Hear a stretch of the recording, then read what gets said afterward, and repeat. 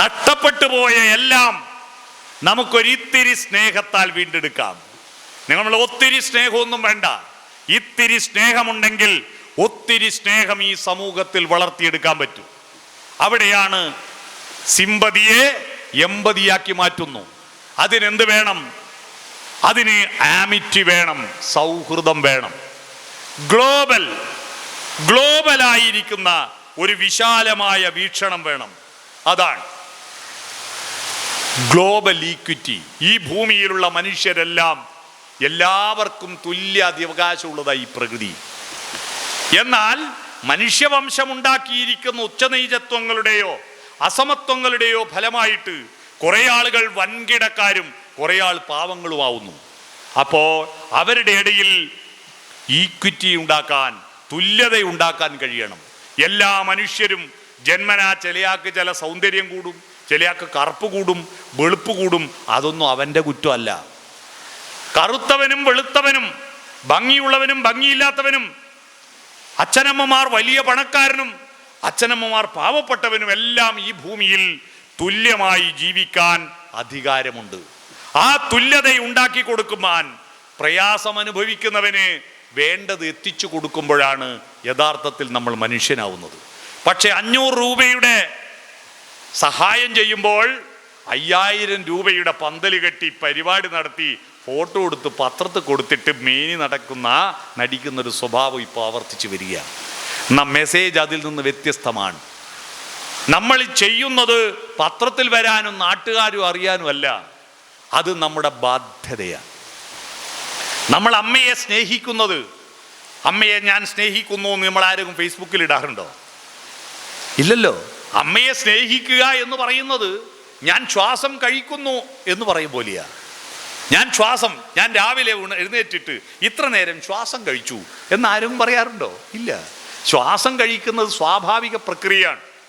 ഉറക്കമുണരുന്നത് പോലെ, ശ്വാസം കഴിക്കുന്നത് പോലെ, വിസർജനം നടത്തുന്നത് പോലെ ഉള്ള സ്വാഭാവിക പ്രക്രിയയാണ് അമ്മയെ സ്നേഹിക്കുന്നതും അയൽവാസിയെ സ്നേഹിക്കുന്നതും നാട്ടുകാരോട് ലോഹ്യം പറയുന്നതും. ലോഹ്യം എന്ന് പറഞ്ഞാൽ അറിയാവോ? ഇവിടെ ലോഹ്യം അറിയില്ല അല്ലേ?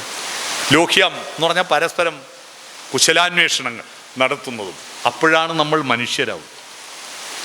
ആ മനസ്സ് രൂപപ്പെടുന്ന അതിലൂടെയാണ്. മനസ്സും ബുദ്ധിയും ഒന്നല്ല.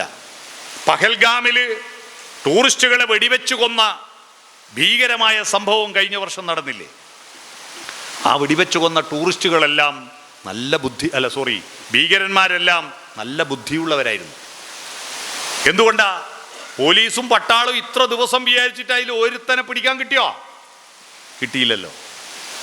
അതുകൊണ്ടല്ല ബുദ്ധിയുള്ളതെന്ന് പറഞ്ഞത്. അതിൽ ഡോക്ടറേറ്റ് നേടിയ ഒരുത്തനുണ്ട്, അതിൽ കേരളത്തിൽ വന്നിട്ട് PG പാസ്സായ ഒരുത്തനുണ്ട്, അതിൽ MPhil കഴിഞ്ഞ ഒരുത്തനുണ്ട്. അവരെല്ലാം അതിസമർത്ഥന്മാരാ. പക്ഷേ കൊല്ലരുത് എന്ന മനസ്സ് അവർക്കുണ്ടായില്ല. കൊല്ലരുത് എന്ന മനസ്സുണ്ടായില്ല. ആ സംഭവത്തിൽ ഭർത്താവും വെടിയേറ്റ് സ്ഥലത്ത് മുട്ടും കുത്തി കരയുന്ന ഭാര്യയുടെ ഫോട്ടോ അതായിരുന്നല്ലോ അന്ന് ചാനലുകളിലെല്ലാം വലിയ വൈറലായ ഫോട്ടോ. ആ കരഞ്ഞ പെണ്ണ് നാട്ടിലെത്തി ഭർത്താവിൻ്റെ ശവസംസ്കാരം കഴിഞ്ഞ ഉടനെ പത്രക്കാരോട് പറഞ്ഞൊരു കാര്യമുണ്ട്. ഞങ്ങൾ എന്തു ചെയ്യണം? അവിടെ വാഹനങ്ങളില്ലാതെ കുതിരപ്പുറത്ത് മാത്രം അവിടെ എത്തിയ സ്ഥലമാണ്. അവിടെ നിന്ന് ഞങ്ങൾക്ക് എന്താ ചെയ്യേണ്ടതെന്നറിയാതെ ഞങ്ങൾ നിലവിളിക്കുക മാത്രം ചെയ്യുമ്പോൾ ഞങ്ങളെ ആശ്വസിപ്പിച്ച് ഞങ്ങളെ ഷെൽട്ടറിലേക്ക് എത്തിക്കുന്നതിൽ ഞങ്ങളെ സഹായിച്ചത് ആ കുതിരയും കൊണ്ടുവന്ന മുസ്ലിം ചെറുപ്പക്കാരനാണ്. അവൻ്റെ മുന്നിൽ ഞാൻ നമസ്കരിക്കുന്നു എന്നാണ്. ആ ചെറുപ്പക്കാരൻ നല്ല വിദ്യാഭ്യാസവും ഇല്ല, 8ാം ക്ലാസ് തോറ്റവനാ. അവന് ബുദ്ധി കുറഞ്ഞതുകൊണ്ട് അവൻ സ്കൂളിൽ തോറ്റുപോയി. അതുകൊണ്ട് അവൻ കുതിരയെ നോക്കുന്നത്. പക്ഷെ അവന് വലിയ മനസ്സുണ്ടായിരുന്നു. അവന് ബുദ്ധി കുറവാ, അവന് വലിയ മനസ്സുണ്ടായിരുന്നു. ബുദ്ധിയുടെ വികാസമല്ല, മനസ്സിൻ്റെ വികാസമാണ് വേണ്ടത്. ആ മനസ്സിൻ്റെ വികാസം ഉണ്ടാകാൻ എന്ത് വേണം? ചിന്ത കഴിഞ്ഞ് രണ്ടാമത്തെ കാര്യം കമ്മ്യൂണിക്കേഷൻ സോഫ്റ്റനാക്കുക, ആശയവിനിമയം സോഫ്റ്റനാക്കുക. എങ്ങനെയാണ് ഈ സോഫ്റ്റനാക്കേണ്ടത്?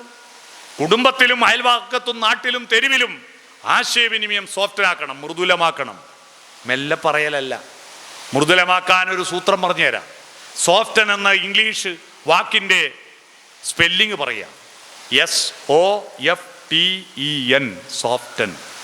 ആ 6 അക്ഷരങ്ങളിൽ ഓരോ വാക്കിനും ഓരോ അർത്ഥം പറഞ്ഞുതരാം ഞാൻ.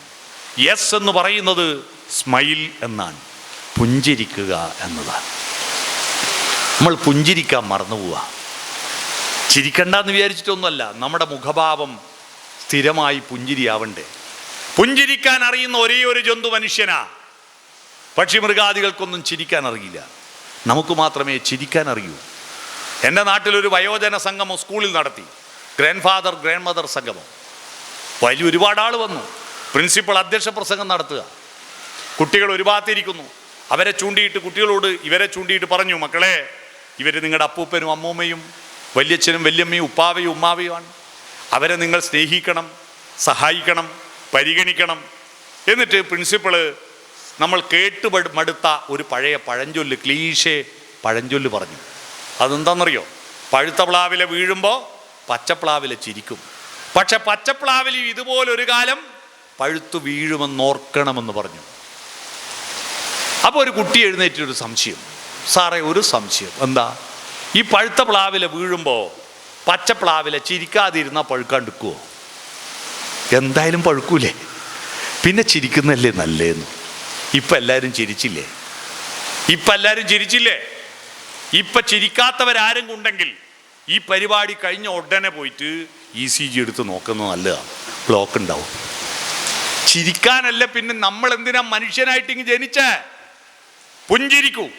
പ്രസാദം വദനത്തിങ്കൽ കാരുണ്യം ദർശനത്തിലും മാധുര്യം വാക്കിലും ചേർക്കുന്ന മനുഷ്യരായി മാറൂ.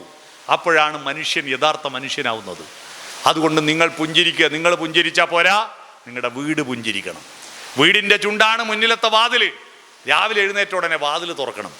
എന്നിട്ട് സുപ്രഭാതം സുപ്രഭാതം സുപ്രഭാതം സുപ്രഭാതം, അതിനെ ഒന്ന് കാണ്. പ്രകൃതി പുഞ്ചിരിക്കുന്ന കാണ്, അതിനെ നോക്കി പുഞ്ചിരിക്കൂ. നീലഗിരിയുടെ സഖികളെ ജ്വാലാമുഖികളെ എന്ന ജയചന്ദ്രൻ്റെ പാട്ടില്ലേ, ആ പാട്ട് ഒന്ന് കാണും. ഈ ചേർത്തല, ഈ ജില്ലയിലെ ചേർത്തലയിൽ ശ്രീകുമാരൻ തമ്പി എന്ന നമ്മുടെ പ്രിയപ്പെട്ട കവിക്ക് ഒരു അവാർഡ് ഉണ്ടായിരുന്നു, മള്ളിയൂർ ഭാഗവത ഹംസം അവാർഡ്. 1,00,000 രൂപയും ഇത്ര ഹൈറ്റുള്ളൊരു ശില്പവുമാണ് അവാർഡ്. ആ അവാർഡ് കൊടുക്കുന്നത് നിങ്ങളുടെ MLA രമേശ് ചെന്നിത്തലയാണ്. പക്ഷേ പരിപാടിക്ക് രമേശ് ചെന്നിത്തല 1.5 മണിക്കൂർ കഴിഞ്ഞിട്ടേ വരൂ എന്ന് പറഞ്ഞു. ശ്രീകുമാരൻ തമ്പിയുടെ പാട്ടുകളുടെ ദാർശനിക സൗന്ദര്യത്തെപ്പറ്റി പ്രസംഗിക്കാൻ എന്നെ വിളിച്ചിരുന്നു. അപ്പോൾ എന്നോട് പറഞ്ഞു, പരിപാടി തുടങ്ങുന്നതിലിടക്ക് നിങ്ങളുടെ പ്രസംഗം നടക്കട്ടെ. ശ്രീകുമാരൻ തമ്പി മുമ്പിലിരിക്കുമ്പോൾ അയാളെ പാട്ടിനെ പറ്റി പ്രസംഗിക്കാനോ എനിക്കാകെ ഭയമായി. എങ്കിലും അതൊരു അനുഭൂതിയായിരുന്നു.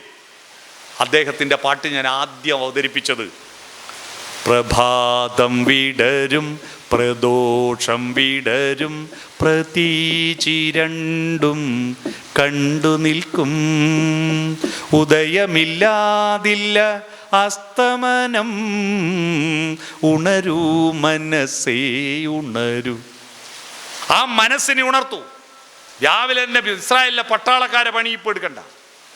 ഇസ്രായേലിലെ പട്ടാളക്കാരാണ് ഇവിടെ പണിയാണ് നമ്മുടെ വീട്ടിൽ പലരും രാവിലെ എഴുന്നേറ്റ് ചെയ്യുക.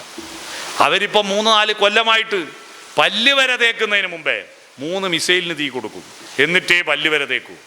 നമ്മൾ വീട്ടിൽ നിന്ന് എന്താ, രാവിലെ എണീറ്റ നേരെ തോക്കെടുത്തിട്ട് ഗ്യാസിൻ്റെ അടിയിൽ 3 ബെഡിയാ, ടിക്ക് ടിക്ക് ടിക്ക് 3 അടുപ്പും കത്തിക്കുക, എന്നിട്ട് ഭക്ഷണം വെക്കുക. ഇത് പിന്നെ മതി. ശരീരത്തെ ഉണർത്തൽ പിന്നെ മതി. പ്രഭാതങ്ങൾ മനസ്സിനെ ഉണർത്തട്ടെ. രാവിലെ ഉണരുന്ന കുട്ടികൾ ഉണ്ടാവണം. 11-12 മണി വരെ മൊബൈൽ നോക്കിയിട്ടും തട്ടുകടയിൽ പോയി തിന്നിട്ടും 12-1 മണിക്ക് കിടന്നുറങ്ങുക. 8-9 മണി വരെ ഉണരാതിരിക്കുക. വൃത്തികെട്ട സ്വഭാവത്തെ തിരുത്തണം. നേരത്തെ ഉണരാൻ, പ്രഭാതത്തെ കാണാൻ നമ്മുടെ കുട്ടികളെ പ്രേരിപ്പിക്കൂ. സ്മൈൽ, പുഞ്ചിരിക്കൂ.